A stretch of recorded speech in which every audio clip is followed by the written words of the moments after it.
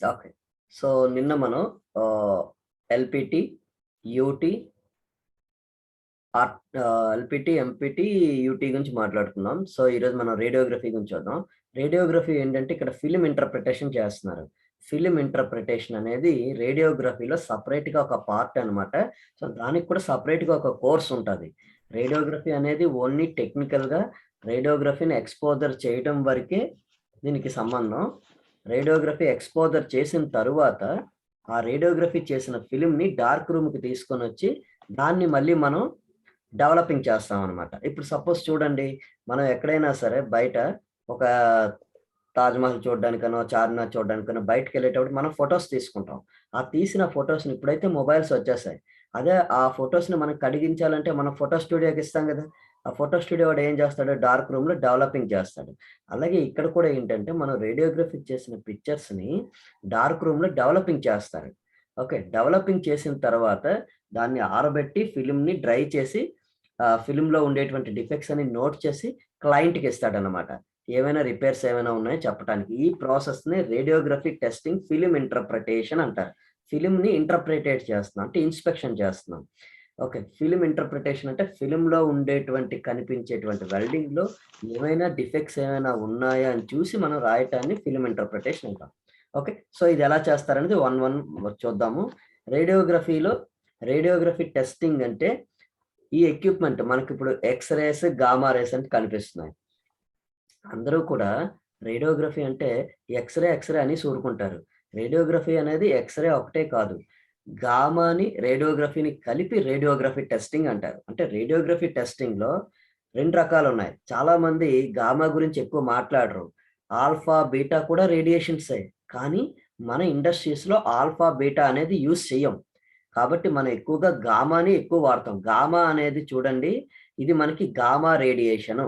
X ray అనేది x ray radiation. అయితే gamma రేడియేషన్‌లో మీరు వినే ఉంటారు.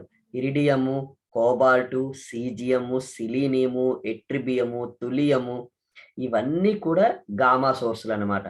అంటే ఇప్పుడు అక్కడ కెమెరా ఉంది. ఆ కెమెరాలో ఉండేటువంటి సోర్సు ఇప్పుడు నాది బాడీ ఉంది. బాడీలో బ్లడ్. బ్లడ్ అందరి బాడీలో బ్లడ్ ఒకటుంటది కదా! ఒక దాంట్లో ఏ ఉంటది, ఒక దాంట్లో బి ఉంటది, ఇంకో దాంట్లో ఏబీ ఉంటది, ఇంకో దాంట్లో ఓ ఉంటది. అంటే పర్సనే. పేరుకి పర్సనే. కానీ అందులో ఉండే బ్లడ్ డిఫరెంట్ బ్లడ్. అలాగే ఇప్పుడు మన కళ్ళ ముందు ఎదురుగా కనిపిస్తున్న గామా కెమెరా అనేది కెమెరాయే. కానీ అందులో ఉండేటువంటి సోర్స్ డిఫరెంట్ సోర్సెస్ ఉంటాయి. ఇరిడియంని నువ్వు వాడుతున్నావు అంటే అది ఇరిడియం సోర్సు. కోబాల్ట్‌ని వాడుతున్నావు అంటే కోబాల్ట్ సోర్సు. అంటే ఇరిడియము గామా సోర్సే. కోబాల్టు గామా సోర్సే. Thulium gamma సోర్సే.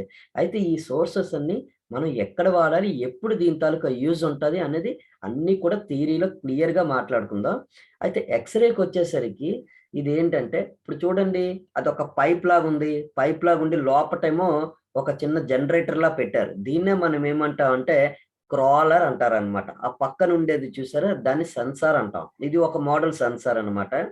ఎక్స్‌రే అనేది రేడియేషను ఇది ఎలక్ట్రికల్‌గా రేడియేషన్‌ని జనరేట్ చేస్తాది. ఓకే.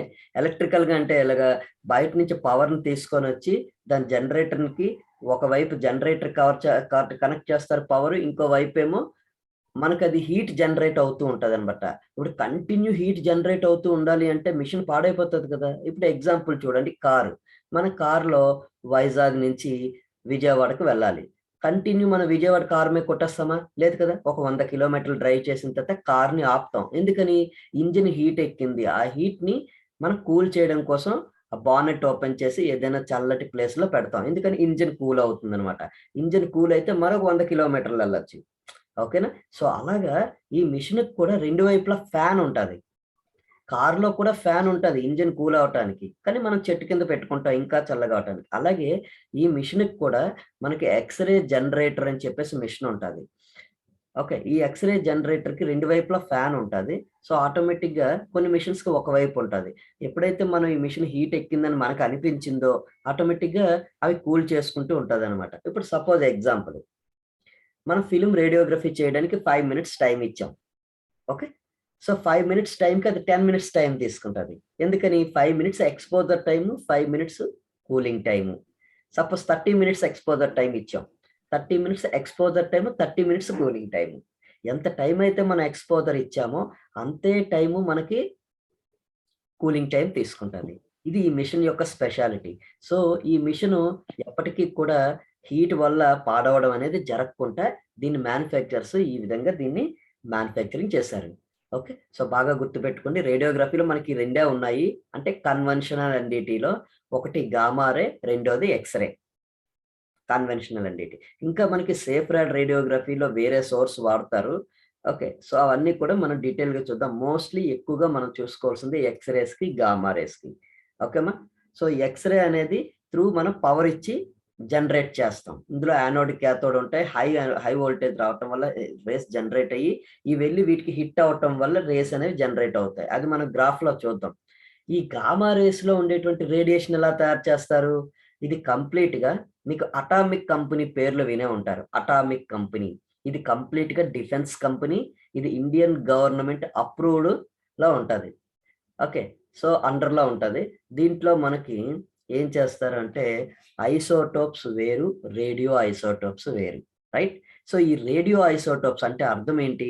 ఏవైతే రేడియో ధార్మికతని కలిగి ఉంటాయో, అంటే రేడియేషన్‌ని కలిగి ఉంటాయో, అలాంటి ఐసోటోప్స్‌నన్నింటిని ఒక పక్కకు పెడతారు. ఒక పక్కకు తీసుకొనొస్తారు. వీటిని సాగ్రిగేట్ చేసి, అందులో ఉండే రేడియేషన్‌ని మనం తీసి, రేడియేషన్‌ని బంబాడనం చేసి, సోర్స్‌ని మనకి ఫైండ్ ఔట్ సోర్స్‌ని తయారు చేస్తారు. ఆ తయారు చేసిన సోర్స్‌ని కెమెరాలో కస్టమర్ యొక్క రిక్వైర్మెంట్ ప్రకారం లోడ్ చేస్తారు. ఒకరికి 10 క్యూరీ కావాలి, ఒకరికి 20 క్యూరీ కావాలి. సో, ఆ రకంగా కెమెరాలో లోడ్ చేస్తారు. ఈ సోర్స్ ఏంటంటే న్యూక్లియర్ రియాక్టర్‌ల బంబాడనం చేసి న్యూక్లియర్ రియాక్టర్ ప్రాసెస్ అంటే ఏంటి? కంటిన్యూ‌గా 24 అవర్స్ వర్క్ అవుతూనే ఉంటది. ఇది దీని పని. సో, అయితే ఇప్పుడు సపోజ్ దీనికొక ఎగ్జాంపుల్ ఏంటి అనంటే ఇందులో ఉండేటువంటి సోర్సు మీరు యూజ్ చేసినా, చేయకపోయినా ఆ సోర్స్ అనేది కంటిన్యూ‌గా తగ్గిపోతూ ఉంటది. 5 డేస్‌కి ఒకసారి తగ్గిపోతూ ఉంటది. ఇప్పుడు ఎగ్జాంపుల్ సార్ వాడకపోయిన సోర్స్ తగ్గిపోతుందా అంటే యెస్ తగ్గిపోతుంది. దీనికొక బెస్ట్ ఎగ్జాంపుల్ చెప్తాను చూడండి.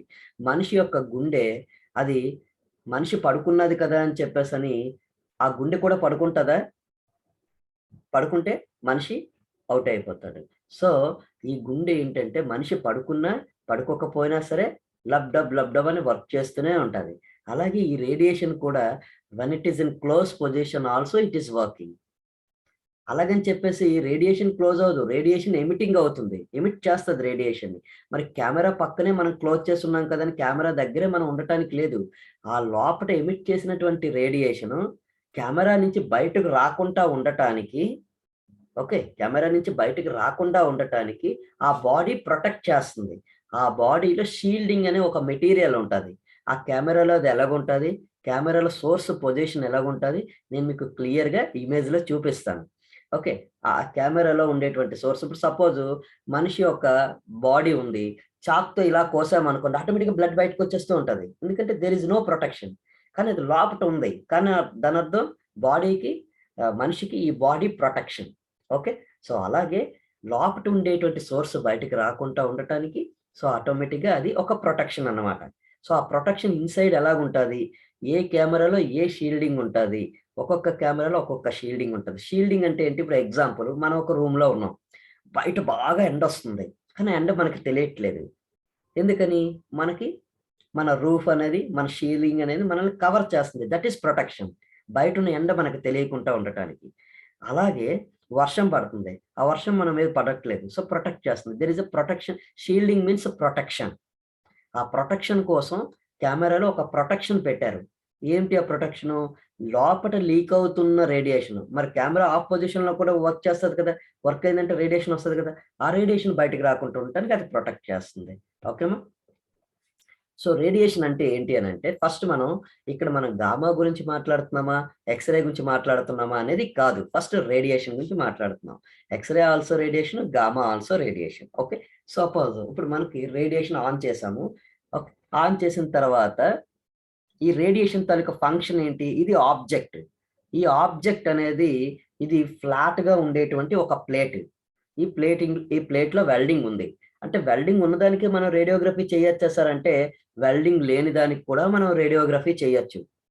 చాలామంది పీపుల్స్ ఏం చేస్తారు అనంటే, చాలామంది పీపుల్స్ ఏం చేస్తారంటే, సో, మనకి ఇది మోస్ట్‌లీ ఆహ్ ఇది మోస్ట్లీ ఏం చేస్తారు, వెల్డింగ్ ఉన్న దీనికి వెల్డింగ్ లేని దానికి ఏం చేస్తున్నాము అంటే ఇక్కడ మనం, మహేష్ నీ కెమెరా స్ట్రైట్ గా లేదు, నాకు డిస్టర్బెన్స్ ఉంది, కెమెరా స్ట్రైట్ గా పెట్టండి. Uddavolu Mahesh. Okay, maybe is in some phone. Okay, so ఇది ఏమవుతుంది అంటే మనకి వెల్డ్ని మీరు ఫ్లాట్ గా ఉండే ఏదైనా కావచ్చు, లేదంటే ఎల్బో ఉన్న పైప్ అయినా కావచ్చు, మీకు వెల్డింగ్ ఎలాగైతే ఉండనియండి. ఓకే, ఎలాగైతే ఉండనియండి. సో దీనికి ఆపోజిట్ లో ఇప్పుడు సపోజ్ వెల్డ్ ఉంది, వెల్డ్ స్ట్రైట్ గా మనం సోర్స్ ని పెట్టుకున్నాం, వెల్డ్‌కి స్ట్రెయిట్‌గా సోర్స్‌ని పెట్టుకున్నాం. ఓకే. అదే మనకి వెల్డ్ ఇలా ఉన్నదనుకోండి, సోర్స్‌ని ఇలా పెట్టుకుంటాం. ఓకే. వెల్డ్‌కి ఆపోజిట్‌లో. వెల్డింగ్ డైరెక్షన్ చాలా ఇంపార్టెంట్. వెల్డింగ్ డైరెక్షన్‌కి ఆపోజిట్‌లో సోర్స్. ఇప్పుడు నేను ఇలా ఉన్నాను. నాకు ఫోటో ఇలా తీయమంటే నాకు స్ట్రెయిట్‌గా తీస్తాడు. రైట్? ఇప్పుడు నేను క్రాస్‌గా ఉన్నాననుకోండి, మీరు ఎలా చేస్తారు? నాకు క్రాస్‌గా తిరుగుతారు. అవునా? ఓకే. నాకు క్రాస్‌గా తిరుగుతారు. సో, నేను స్ట్రెయిట్‌గా ఉంటే స్ట్రెయిట్‌గా, క్రాస్‌గా ఉంటే క్రాస్. అలాగే వెల్డింగ్‌కి మనం ఫోటో తీస్తున్నాం. అంటే వెల్డింగ్‌ని రేడియోగ్రఫీ చేస్తున్నప్పుడు వెల్డ్‌కి అపోజిట్‌లో మనం సోర్స్‌ని పెట్టుకోవాలి. ఓకే. నువ్వు వెల్డ్‌కి ఫోటో తీస్తున్నావు. మరి ఈ వెల్డ్ అనేది రికార్డ్ అవ్వాలి కదా! రికార్డ్ అవ్వాలి అనంటే మనం ఏదో ఒక ఫిల్మ్‌ని పెట్టుకోవాలి కదా! ఇక్కడ మనం బ్యాక్‌ని ఫిల్మ్ పెట్టుకున్నాం. ఇది రేడియోగ్రఫీ టెక్నిక్‌లో మనం వాడుతున్నాం కాబట్టి రేడియోగ్రఫీ ఫిల్మ్ అని అంటున్నాం. ఓకేమా? ఇది రేడియోగ్రఫీ ఫిల్మ్. సో, ఇక్కడ ఫిల్మ్ పెట్టాం. ఇది టెస్ట్ ఆబ్జెక్ట్. మీకు ఇండియాలోని రేడియోగ్రఫీలో వర్క్ చేయాలి అంటే ఏఎస్ఎన్‌టి, ఎన్‌డిటి లెవెల్ 2లో ఇచ్చినటువంటి రేడియోగ్రఫీ సర్టిఫికేట్ అంటే మీరిప్పుడు రేడియోగ్రఫీ కోర్స్ చేస్తున్నారు. నేనిచ్చేటువంటి సర్టిఫికేషన్ ఒకటి మీరు 100% యూజ్ చేసి చెయ్యలేరు. గవర్నమెంట్ ఒక టెస్ట్ పెడతది. దాన్నే బీఏఆర్‌సీ ఎగ్జామినేషన్ అంటారు. Level 1, level 2. నేను BARC level 1, level 2 2 qualified. So, we are actually authorised to perform radiography work in India, anywhere in India. So we are legal person to operate. So BRC given certain accreditation to us.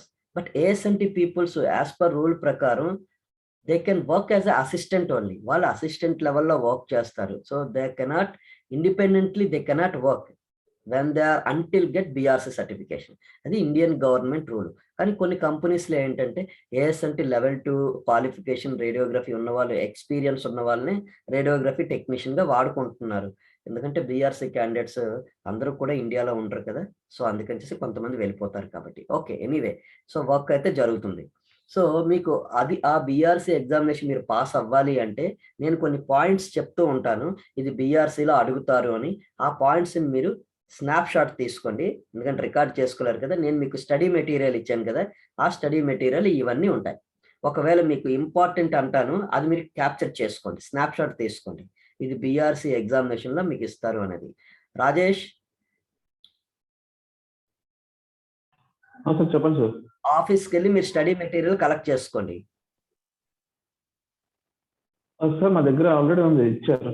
ఉందా? ఓకేనమ్మా. Okay. Right. So, ఈ picture మీకు BRC ఎగ్జామినేషన్‌లో radiography operate అవుతున్నట్టు ఒక 2 మార్క్స్‌కో, 3 మార్క్స్‌కో, I think 4 మార్క్స్‌కో అడుగుతారు. ఈ diagram draw చేయమని. ఓకే. నెక్స్ట్.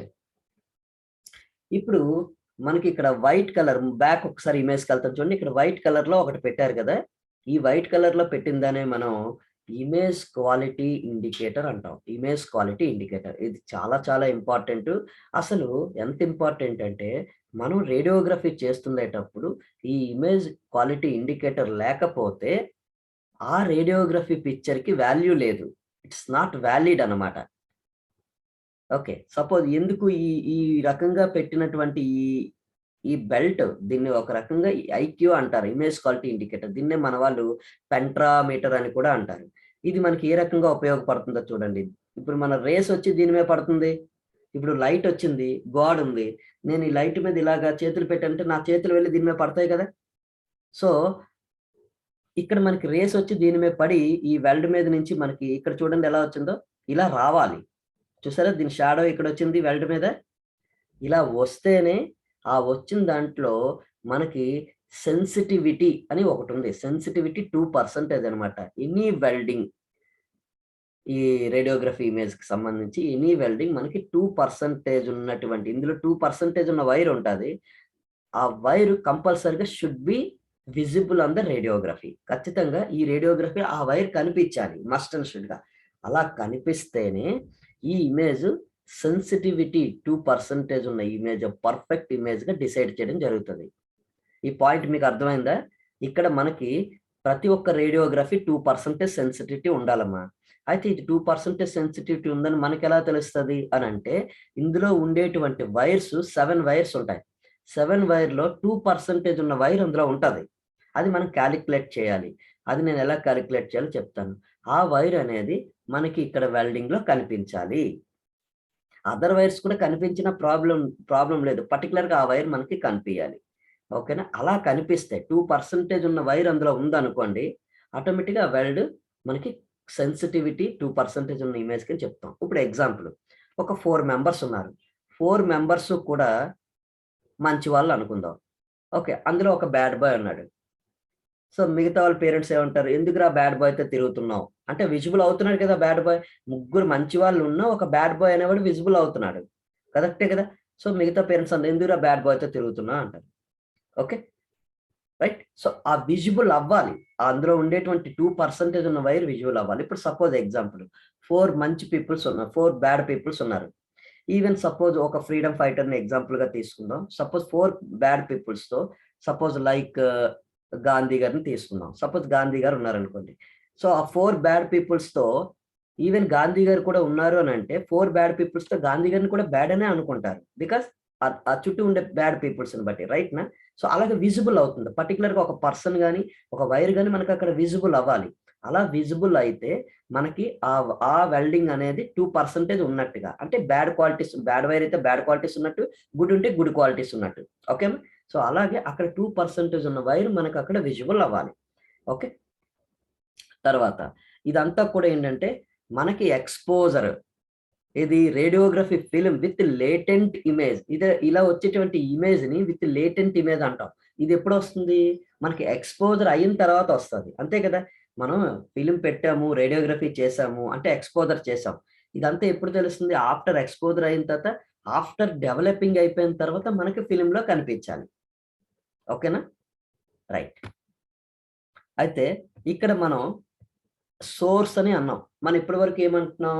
రేడియేషన్ అంటున్నాం. మనకి జనరల్‌గా రేడియేషన్‌ని మన ఫీల్డ్‌లో సోర్స్ అని పిలుస్తారు. ఓకే. సోర్స్ అంటే రేడియేషన్ అని అర్థం. మీ సీనియర్స్ అంటారు.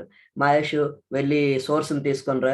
రాజేషు వెళ్లి సోర్స్‌ని తీసుకొని రా" అంటే దాని అర్థం ఏంటి అనంటే, "వెళ్లి రేడియోగ్రఫీ కెమెరాని తీసుకొని రా" అని అర్థం. ఓకే. అక్కడ సపోజ్ ఒక 3, 4 కెమెరాస్ ఉన్నాయి. 3, 4 సోర్స్‌లున్నాయి. సో, అప్పుడు నీకు ఏ సోర్స్ తేవాలో తెలియదు కదా! సో, అప్పుడు మీ సీనియర్ చెప్తాడు. పలానా కెమెరా ఉంటది. ఆ సోర్స్ తీసుకొని రా. ఈ సోర్స్ తీసుకొని రా అని చెప్పి చెప్తారు. అయితే రేడియేషన్ అనేది ఈ ట్రావెల్ అయ్యేటువంటి డైరెక్షన్ ఉంటది కదా! ఓకే. సో, ఈ డైరెక్షన్‌ని మనం బీమ్ అంటాం అన్నమాట. ఈ బీమ్ డైరెక్షన్. చూసారా ఇక్కడ స్ట్రెయిట్‌గా రేడియేషన్ వచ్చింది. ఇక్కడ ఒకలాగొచ్చింది. ఇక్కడ ఇంతకంటే ఎక్కువ దూరం ట్రావెల్ అయింది. ఇక్కడ తక్కువ దూరం ట్రావెల్ అయింది. అంటే స్ట్రెయిట్‌గా వెళ్తే ఒకలాగుంటది.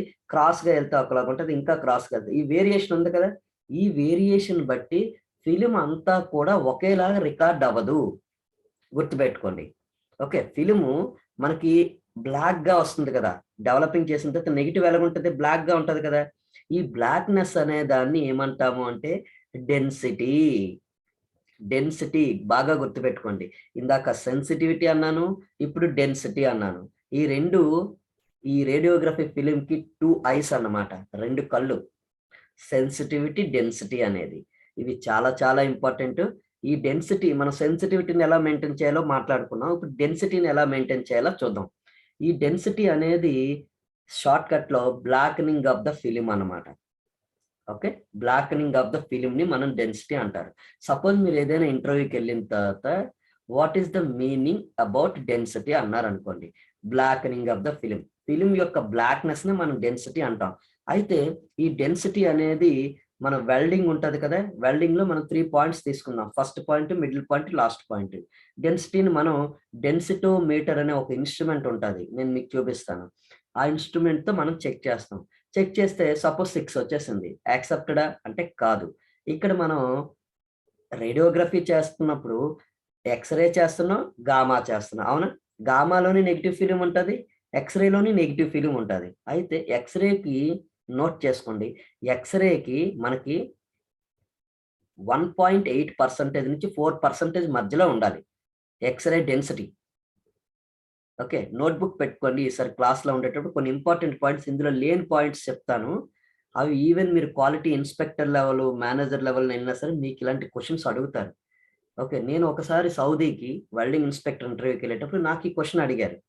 ఓకే. మనం ఇక్కడ రేడియోగ్రఫీ, ఎక్స్‌రే చేస్తున్నాం, గామా చేస్తున్నాం కదా! ఫిల్మ్ యొక్క డెన్సిటీ, ఎందుకంటే యాస్ ఎ వెల్డింగ్ ఇన్స్‌పెక్టర్‌గా ఫిల్మ్‌ని మనం ఇంటర్ప్రిటేట్ చేయాలి. వెల్డింగ్‌లో ఉన్న డిఫెక్ట్స్ ఏవైనా ఉన్నాయి అంటే చెప్పడానికి. అప్పుడు మనకు ఫిల్మ్ డెన్సిటీ మనకు తెలియాలి కదా! సపోజు సైట్‌లో ఎక్స్‌రే అవుతుంది అనంటే, ఎక్స్‌రేకి డెన్సిటీ ఎంతుండాలి? 1.8% నుంచి 4% మధ్యలో ఉండాలి. 1.8 కన్నా తక్కువున్నా ఆ ఫిల్మ్ రిజెక్టెడ్. 4 కన్నా ఎక్కువున్నా ఫిల్మ్ రిజెక్టెడ్. ఓకేమా? అయితే నెక్స్ట్ ఇప్పుడు గామా చేస్తున్నారు అనుకోండి. ఎంతుండాలి? 2% నుంచి 4%. రెండిటికి 4 ఎండ్. 2% నుంచి 4%. ఓకే. అయితే ఇందులోనే ఉండాలి. డౌన్ వచ్చినా ఫిల్మ్ రిజెక్టే, ఓవర్ వచ్చినా ఫిల్మ్ రిజెక్టే. అయితే డౌన్ ఎందుకొస్తది? ఓవర్ ఎందుకొస్తదని తర్వాత మన సబ్జెక్ట్‌లో ఆ చాప్టర్ వచ్చాక మనం మాట్లాడుకుందాం. తక్కువగా డెవలపర్ వస్తే దాన్ని అండర్ డెవలపింగ్ అంటాము. ఎక్కువ డెవలపర్ వస్తే ఓవర్ డెవలపర్ అంటాం. ఓకే. ఇది మనం ఇవ్వాల్సిన టైం కంటే కూడా తక్కువ ఇవ్వటం వల్ల గాని, ఎక్కువ ఇవ్వటం వల్ల గాని, అంటే డెవలపింగ్ టైం కానీ, ఎక్స్‌పోజర్ టైం కానీ. సో, ఈ ప్రాబ్లమ్స్ అనేవి వస్తాయి. Okay. So, next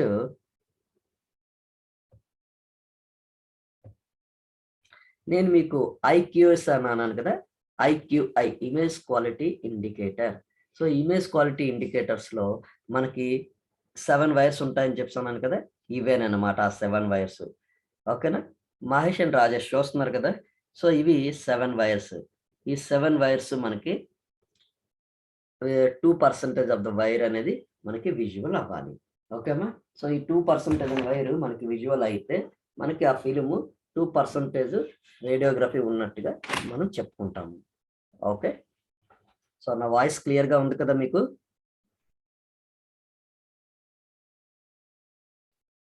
Mahesh and Rajesh వింటున్నారు కదా? Can I move? వింటున్నాను సార్. ఓకే. సో, నెక్స్ట్ ఇది ఐక్యూఐ అన్నమాట. ఇక్కడ బెల్ట్ రూపంలో ఉంది. అయితే ఈ సైడ్ చూపిస్తున్న ఐక్యూఎస్ అన్నీ కూడా ఇవి డిఫరెంట్ ఐక్యూఎస్. ఓకే. సో, వేరే వేరే ప్లేస్‌లో వేరే వేరే వాడతారు. మనం ఎక్కువగా వాడేటువంటి ఐక్యూఎస్ ఏంటనంటే వైర్ టైపు, హోల్ టైపు వాడతాము. వైర్ టైప్‌లో 2 రకాలున్నాయి. ఆ 2 రకాలు నేను మీకు థియరీలో చెప్తాను. ఇది డెమో క్లాస్ కదా! ఓకే. థియరీలో మనం డీటెయిల్‌గా మాట్లాడుకుందాం. అండ్ వైర్ టైప్ అయితే మనం ఈ రకంగా వాడతాము. స్టెప్ టైప్ ఐక్యూ అయితే ఈ రకంగా వాడతాం. హోల్ టైప్ ఐక్యూ అయినా, స్టెప్ టైప్ ఐక్యూ అయినా మనం ఈ రకంగా బెల్ట్‌కి బిహైండ్ వాడతాము. వైర్ టైప్ అయితే ఇలా వెల్డ్ మీద పెట్టి వాడతాం. ఓకే. సో, మనకి రేడియోగ్రఫీ వర్క్ చేయాలి అంటే సైట్‌లోకెళ్ళగానే మనకు ఆబ్జెక్ట్ చూపించేసి దీనికి రేడియోగ్రఫీ చేయమంటారు. అక్కడ మనకొక చిన్న షివరింగ్ ఉంటది. రేడియోగ్రఫీ ఎలా చేయాలిరా బాబు! పైప్ చూస్తే నేను ట్రైనింగ్‌లో చాలా చిన్న పైప్ మీద రేడియోగ్రఫీ చేయడం నేర్చుకున్నాను. ఇక్కడ చూస్తే ఇంత పెద్ద పైప్ ఉంది. దీనికి ఎలా చేయాలి? మీరు వర్రీ అవ్వాల్సింది ఏమీ లేదు. మన దగ్గర కొన్ని టెక్నిక్స్ ఉన్నాయి. ఏ వర్క్ చేయాలన్నా సరే ఒక టిప్ ఉంటది. దాన్నే మనం టెక్నిక్స్ అంటాం. ఈ రేడియోగ్రఫీలో మనం వర్క్ చేయాలి అంటే మన దగ్గర 4 టెక్నిక్స్ ఉన్నాయి. Major techniques. ఓకే. సో, ఇంకా మీకు ఇంట్రెస్ట్ ఉందంటే ఇంకా స్ సూపర్ ఇంపోజ్ టెక్నిక్ ఇవి కొన్ని టెక్నిక్స్ ఉన్నాయి. గామా ప్లగ్ టెక్నిక్ అని. అది ఇందులో ఈ 4 మెథడ్స్‌లో ఉండదు. అది మీరు సీనియర్స్ అయితే మీకు ఆటోమేటిక్‌గా అర్థమైపోతుంది. ఓకే. సపోజ్ ఇందులో ఉండే 4 టెక్నిక్స్ గురించి మరి ఫస్ట్ మనం మాట్లాడుకుందాం. ఇందులో single wall, single image. Okay. Single wall, double image. తర్వాత డబుల్ వాల్, డబుల్ ఇమేజ్. అంటే double wall, single image. Okay. Double wall, single image అని 2 టెక్నిక్స్ ఉంటాయి. ఓకే. ఇక్కడ చూడండి అబ్జర్వ్ చేయండి. ఇక్కడ వీరు డిఫరెంట్‌గా ఇచ్చారు. Single wall, single image, single wall, single image 2 techniques. ఏంటంటే దీని అర్థం ఏంటంటే సపోజ్ ఇది పైప్ అనుకోండి. ఓకే. ఈ పైప్ అనుకుంటే దీనికి మనం సపోజ్ మీరు నాకు ఫోటో తీయాలి అని నేను అంటాను. అప్పుడు మీరేం చేస్తారు? దగ్గర నుంచి నాకు ఫోటో తీస్తారు. అప్పుడు మీరు నాకు ఓన్లీ నా తాలూకా నడుము వరకు మాత్రమే ఫోటో తీస్తారు. నేను అంటాను నాకు ఫుల్ పిక్చర్ కావాలి అంటాను. మహేష్ వీడియో ఆన్ చేసుకోమ్మా. ఓకే. దూరం నుంచి నాకు ఫుల్ పిక్చర్ కావాలమ్మా అని నేను అంటాను. అనేటప్పుడు మీరేం చేస్తారు? కొంచెం దూరం వెళ్తారు. ఎంత దూరం వెళ్తారు? నేను కవర్ అయ్యేంత దూరం వరకు ఎళ్తారు. అవునా? అంటే నేను కనిపించాలి మీకు ఫుల్‌గా. అందుకే అంత దూరం ఎళ్తారు. అలాగే ఈ వెల్డింగ్ మనకి ఇక్కడి నుంచి చూస్తే మొత్తం కనిపించదు కదా! ఇంకొంచెం దూరం మొత్తం కనిపించాలి. ఇంకొంచెం దూరం. ఎంత దూరం వెళ్తే ఈ వెల్డ్ మీకు ఫిలిం మీద పడతాది, దాన్నే మనం ఎస్ఎఫ్డి అంటాం. ఎస్ఎఫ్డి అంటే సోర్స్ టు ఫిలిం డిస్టెన్స్. ఈ ఫిలింకి సోర్స్కి ఉండే ఈ దూరాన్ని మనం ఎస్ఎఫ్డి అంటాం. ఈ ఎస్ఎఫ్డిని మనం క్యాలిక్యులేట్ చేసుకోవాలి. సరే, ఎస్ఎఫ్డి గురించి మనం తర్వాత మాట్లాడదాం. అయితే ఇక్కడ సింగిల్ వాల్ సింగిల్ ఇమేజ్ అనేది ఒక టెక్నిక్ ఉంది కదా. ఫస్ట్ మనం కింద నుంచి వెళ్దాం. డబుల్ వాల్స్ డబుల్ ఇమేజ్ దగ్గర నుంచి వెళ్దాం. ఎందుకంటే డబుల్ వాల్ డబుల్ ఇమేజ్ అనేది ఫస్ట్ టెక్నిక్. అది మనం వీడేమిచ్చాడు, ఫిలిం ఔట్ సైడ్. ఈ టెక్నిక్‌లో ఏంటట, ఫిలిం ఔట్ సైడ్ ఉంటది, సోర్స్ ఔట్ సైడ్ ఉంటది. కరెక్ట్. ఇప్పుడు మనకి దీన్నే ఎలిప్టికల్ ఎక్స్‌పోజర్ అని కూడా అంటాం. ఇప్పుడు చూడండి, ఇది ఈ డబుల్ వాల్ డబుల్ ఇమేజ్ అనే ఈ టెక్నిక్ మనం బిలో 2 ఇంచ్ పైపులకి ఎక్కువగా వాడతాం. సో ఇక్కడ ఏమన్నాడు, ఫిలిం ఔట్ సైడ్ అన్నాడు. యెస్, ఇది పైప్ అనుకోండి, ఫిలిం ఔట్ సైడే. సోర్స్ ఔట్ సైడే అన్నాడు. యెస్, సోర్స్ కూడా ఔట్ సైడే. ఎందుకు, ఇది 2 ఇంచ్ పైప్ అంటే ఇందులోకి మనం వెళ్ళలేం కదా. కాబట్టి సోర్స్ మనం లోపల పెట్టలేం. అప్పుడు సోర్స్ ఎక్కడ పెట్టాలి, ఔట్ సైడే పెట్టాలి. ఫిల్మ్ ఔట్ సైడే. ఈ టెక్నిక్‌లో ఫిల్మ్ ఔట్ సైడ్ ఉంటది, సోర్స్ ఔట్ సైడ్ ఉంటది. అయితే సోర్స్ ఎంత దూరం పెట్టాలి అనేది ఎస్ఎఫ్‌డిని మనం కాలిక్యులేట్ చేసుకోవాలి. ఎంత దూరం పెడితే నా ఫోటోని మీరు క్లియర్‌గా తీయగలుగుతారు. ఎంత దూరంలో ఉంటే ఈ వెల్డ్‌ని పూర్తిగా మనం రేడియోగ్రఫీ చేయగలం. ఓకే. రెండో technique double wall single image. ఇక్కడ వాలు మీన్స్ ఏంటంటే థిక్‌నెస్ అని అర్థం. ఇప్పుడు డబుల్ వాల్ డబుల్ ఇమేజ్‌లో మనం రేడియోగ్రఫీ చేయాలి అంటే ఎస్ఎఫ్‌డి ఇవ్వాలన్నాం కదమ్మా. ఈ ఎస్ఎఫ్‌డి అనేది ఇవ్వాలి అనుకునేటప్పుడు ఎస్ఎఫ్‌డి ఫార్ములా ఉంటది. ఎస్ఎఫ్‌డి ఫార్ములాలో మనం థిక్‌నెస్‌ని రాయాలి. థిక్‌నెస్ సపోజ్ దీనికి 10 ఎంఎం థిక్‌నెస్ అనుకుందాం పైప్‌కి. ఎగ్జాంపుల్ 10 ఎంఎం అనుకుంటే ఎప్పుడైతే మీరు డబుల్ వాల్ అన్నారో, వాల్ మీన్స్ థిక్‌నెస్ కదా. మరి డబుల్ వాల్ అంటే 2 థిక్‌నెస్‌లు పెట్టాలి కదా. అప్పుడు 20 ఎంఎం పెట్టాలి థిక్‌నెస్ ప్లేస్‌లో. 10 ఎంఎం పెడితే మీకు రాంగ్ కాలిక్యులేషన్ అవుద్ది. డబుల్ వాల్ అందుకే మీరు టెక్నిక్ చేసేటప్పుడు అది డబుల్ వాలా, సింగిల్ వాలా అనేది క్లియర్‌గా చూసుకోవాలి.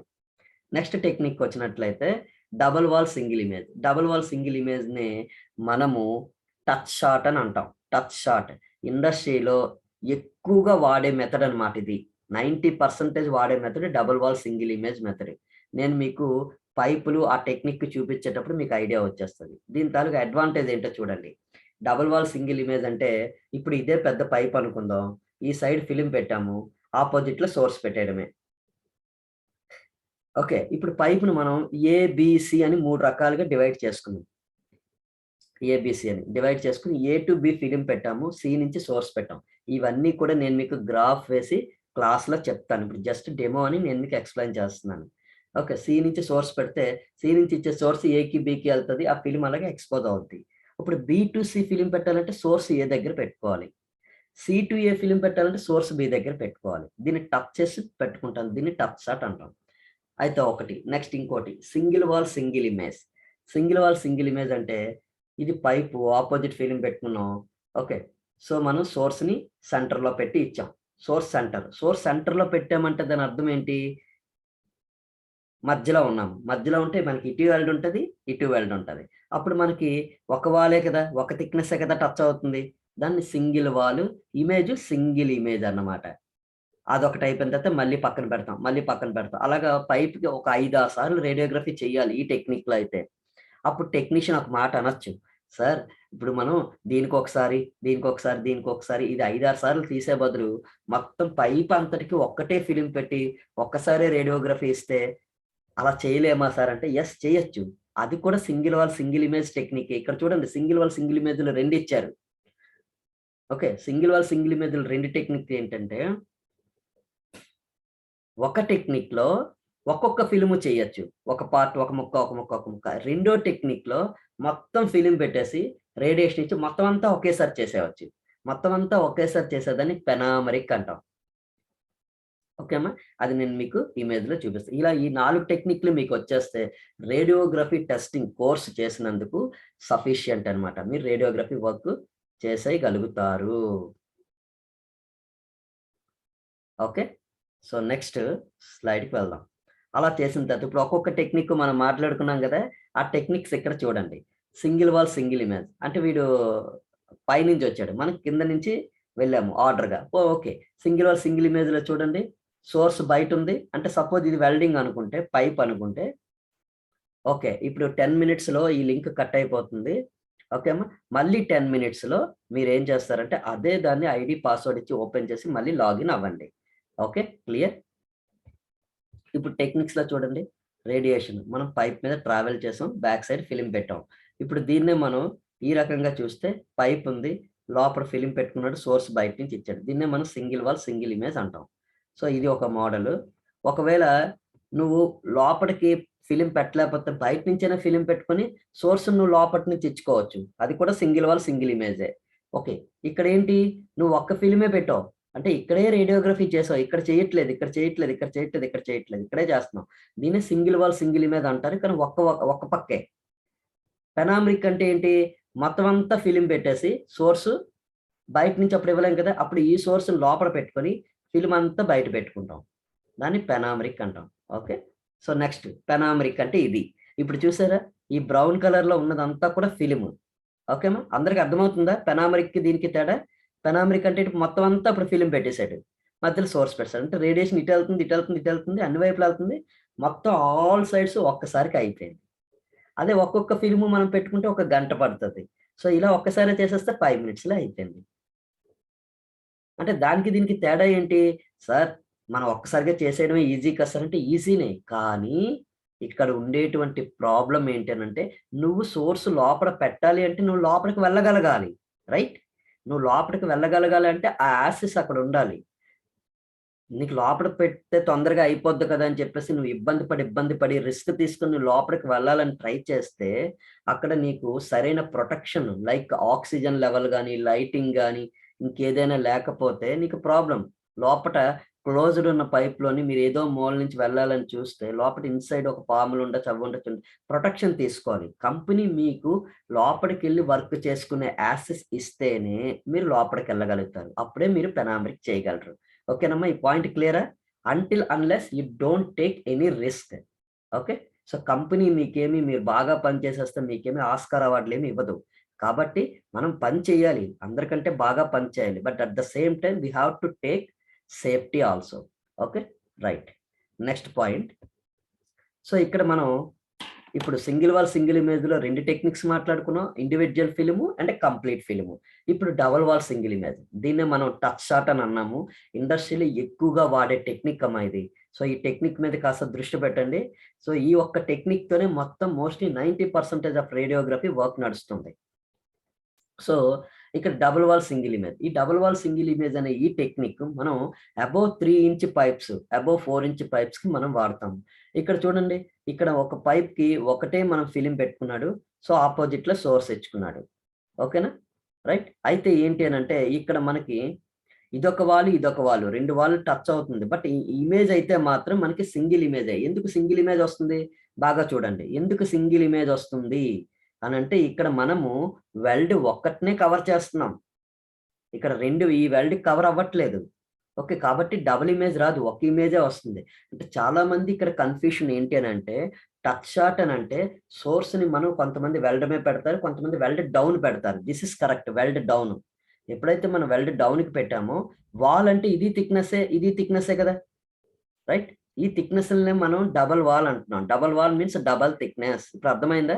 యూటీలో అయినా, ఆర్టీలో అయినా మీరు ఇది బాగా గుర్తుపెట్టుకోండి. వాలు మీన్స్ థిక్‌నెస్. యూటీ మనం ఎక్కువగా బ్యాక్ వాల్ అని ఎక్కువగా వాడుతూ ఉంటాం. బ్యాక్ వాల్ అంటే యూటీకి బ్యాక్ వాల్ ఎంత important, that is called thickness. Okay. So ఇక్కడ మనం యూజ్ చేస్తుండేటప్పుడు ఈ థిక్‌నెస్ అనేది డబుల్ వాల్ కింద క్యాచ్ అయింది. టెక్నిక్ ఏంటి? Double wall. Image single image. ఒకటే ఇమేజ్. ఒకటే ఇమేజ్ ఏంటి? దీనిదనమాట. ఓకే. క్లియరా? So next. అయితే ఈ టెక్నిక్‌లో ఏంటి? IQS are placed on the film side. IQS ఎప్పుడు కూడా ఫిల్మ్ సైడ్ ఉంటాయి. ఓకే. ఫిల్మ్ సైడ్ ఏంటంటే ఇది ఫిల్మ్ సైడ్. ఐక్యూఏ నువ్వు ఇక్కడ పెట్టావనుకో, ఇది ఫిల్మ్ సైడ్ ఉంటే ఫిల్మ్ సైడ్ అంటారు. లేదా ఐక్యూఎస్ ఆర్ సోర్స్ సైడ్ అన్నాడనుకో, సోర్స్ సైడ్ అంటే అర్థం ఏంటి? ఇక్కడ పెట్టుకోవాలి. అంటే సోర్స్ దగ్గరలో ఉంది. అంటే ఈ సోర్స్ సైడ్, ఫిల్మ్ సైడ్‌కి అర్థం తెలిసిందా? సపోజ్ ఇప్పుడు మనం లైట్ దగ్గర ఉన్నాం. లైట్ దగ్గరగా ఉన్నావనుకో నువ్వు, నీ తాలూకా షాడో ఎలాగుంటది? నువ్వు లైట్‌కి దూరంగా వెళ్తే నీ షాడో ఎలాగుంటది? డిఫరెంట్ కదా! ఎలాగా? ఇలాగ ఎన్లార్జ్ అవుతూ ఉంటది. ఇలాగ ఎన్లార్జ్ అయిపోతూ ఉంటది.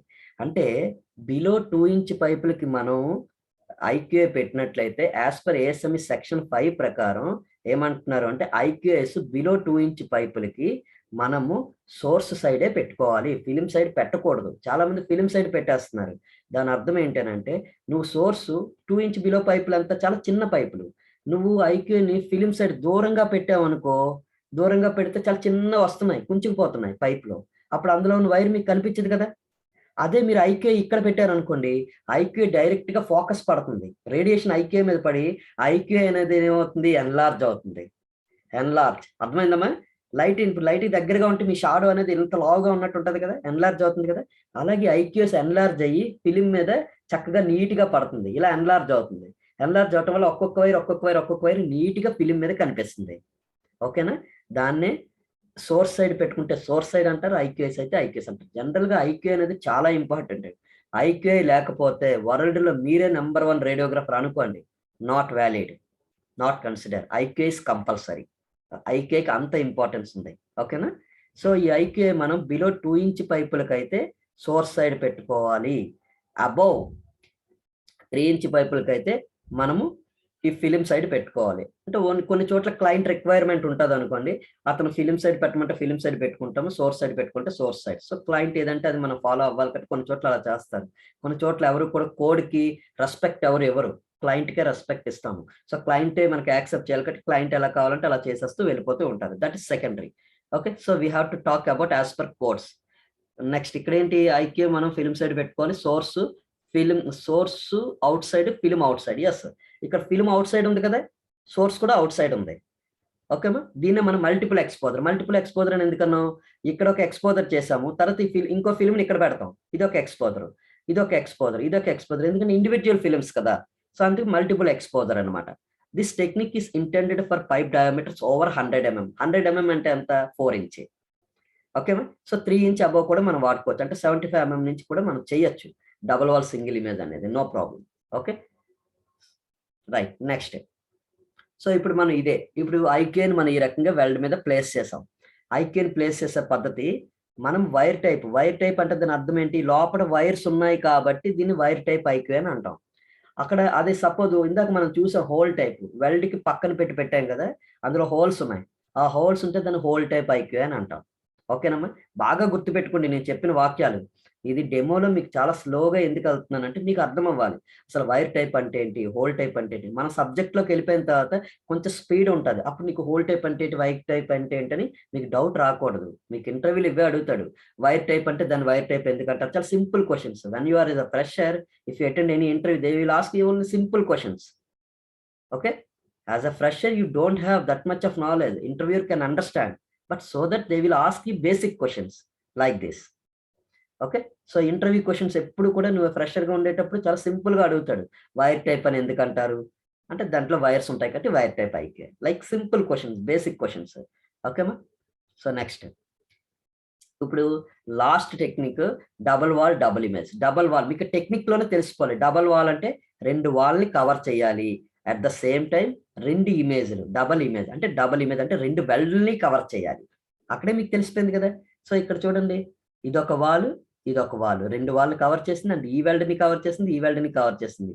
ఈ ఇమేజ్‌లో దీన్ని దీన్ని మనం ఇందాక ఒక మాట అనుకున్నాం. దీన్ని ఎలిప్టికల్ టెక్నిక్ అని కూడా అంటారు. Elliptical shop. ఎలిప్స్ ఎలాగుంటది? ఇలాగా ఎగ్ షేప్‌లో ఉంటది. అవునా? అంటే ఫ్రంట్ ఉన్నదేమో ఫ్రంట్ అంటే మనకి ఎగ్ షేప్‌లో ఎలాగుంటదంటే బ్యాక్ ఉన్నదేమో ఫ్రంట్ ఉన్నదేమో బ్యాక్ వెల్డ్ అని మనం చెప్పుకుంటాం. ఐ మీన్ ఇమేజ్ చూపించి నేను మీకు చెప్తాను. ఫ్రంట్ ఏదో, బ్యాక్ ఏదో అనేది అప్పుడు మీరు అర్థం చేసుకుంటారు. అంటే ఇక్కడ దీని అర్థం ఏంటంటే మీకు ఎలిప్స్ లాగా వస్తుంది కదా! ఒక వైపేమో ఈ వెల్డ్ ఉంటది. రెండో వైపేమో ఈ వెల్డ్ ఉంటది. 2 మీకు కవర్ అయిపోతాయి. అది ఎలిప్స్ షేప్‌లో ఉంటది కదా! దీన్ని ఎలిప్టికల్ షాట్ అంటాం. ఓకేనమ్మా? క్లియర్? ఈ 4 టెక్నిక్స్ ఎలా చేయాలి అనేది మనం ప్రాక్టికల్‌గా ఇక్కడ మనం మాట్లాడుకుందాం. ఇమేజెస్ చూపించిన తర్వాత మీకు ఇంకా డీటెయిల్‌గా తెలిసిపోతుంది. ఓకే. నెక్స్ట్. సో, ఈ రకంగా పెట్టుకుంటాం ఐక్యూ అనేది. సో, చూడండి. ఎలా వచ్చింది? ఇది ఒక వెల్డ్, ఇది ఒక వెల్డ్. Front and back. క్లియరా? ఓకే. పైప్ కనిపిస్తుంది కదా ఎలిప్స్ షేప్‌లో. సో, ఆ రకంగా మనం చేసుకుంటాం. ఇక్కడ మీరు అబ్జర్వ్ చేయండి. ఇక్కడ మీకు చిన్న లైన్స్ లాగా ఉందా? ఇదొక లైన్, ఇదొక లైన్, ఇదొక లైన్. కనిపిస్తుందా? స్క్రీన్ మీద. ఇగో అమ్మా ఇక్కడ ఒక లైన్ కనిపిస్తుందా మీకు?